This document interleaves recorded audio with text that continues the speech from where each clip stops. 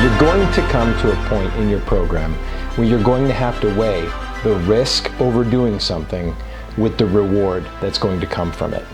You want to make sure that you're investing your time, your energy, and your resources into great fundamentals and high-level execution with everything that you do.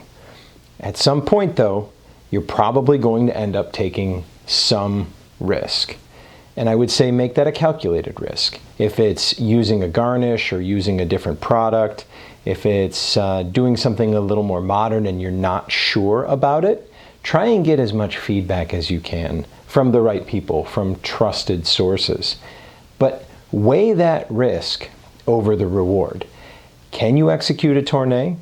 If it's risky and you may or you may not be able to execute a tournée on the day, then it's not worth it because the risk of doing poorly is not worth it. Can you pull off a pâté en croûte on a garde-manger day in the Master Chef exam? If you haven't mastered the pâté en croûte, executing it poorly is going to do far more damage than doing a basic terrine or a pâté without the croûte around the outside well. Hope that makes sense, right?